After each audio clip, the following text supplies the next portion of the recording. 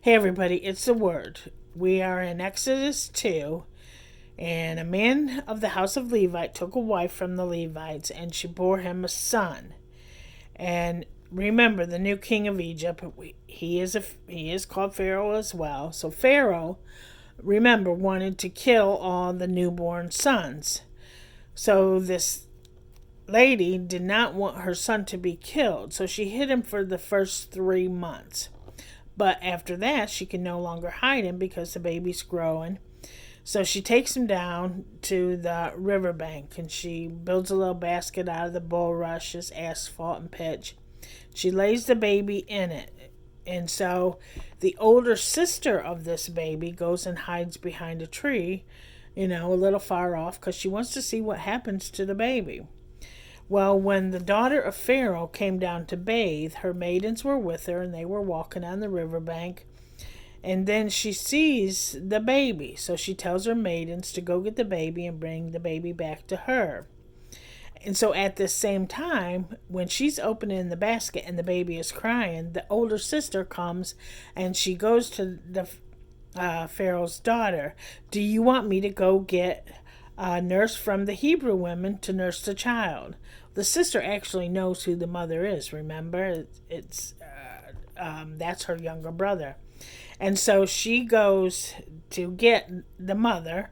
And Pharaoh's daughter says to the mother, "I'll give you wages if you nurse the baby." So of course, the mother's going to agree because Pharaoh's daughter doesn't know that she's the actual mother. So the baby grows. It becomes Pharaoh's daughter's son, and she called him Moses. So that's how Moses got to be a part of Pharaoh and the Egyptian family. He was actually born into the Levites of a Hebrew woman. So as he gets older, he goes out in the field and he sees an Egyptian beating a Hebrew, which was one of his brothers. So he killed the Egyptian and hid him in the sand.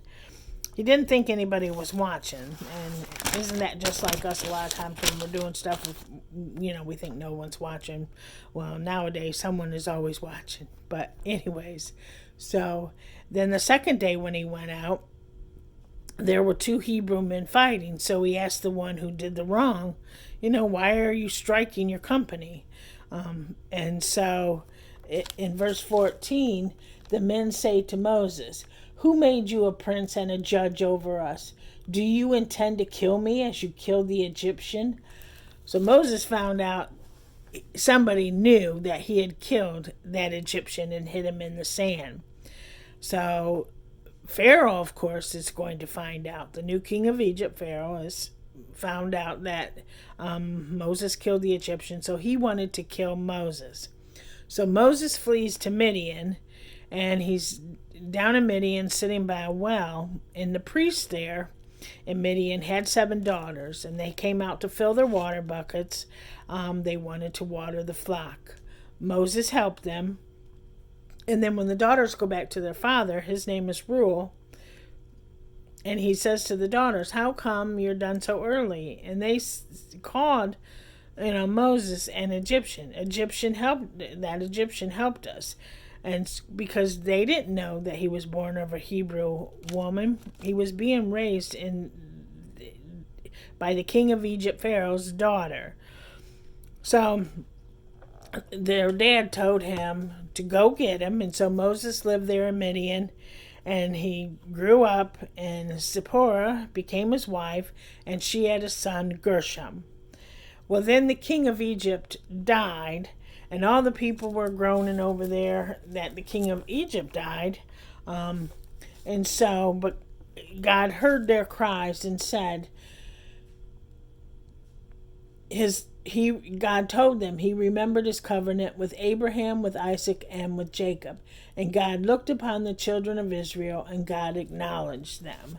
So God didn't forget the people. He heard their cries, and this was like he was saying, "I'm still going to take care of you."